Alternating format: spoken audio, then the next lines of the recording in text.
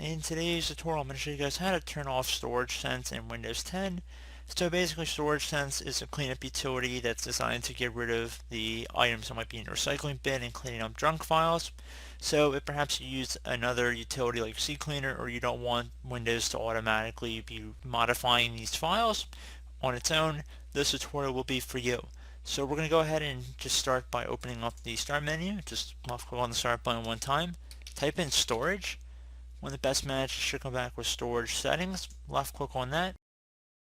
And on the right side underneath Storage Settings, where it says Windows can automatically free up space by getting rid of files you don't need, like temporary files and content in your recycling bin, just click inside this oval one time to turn it off, so it will not automatically run in the future.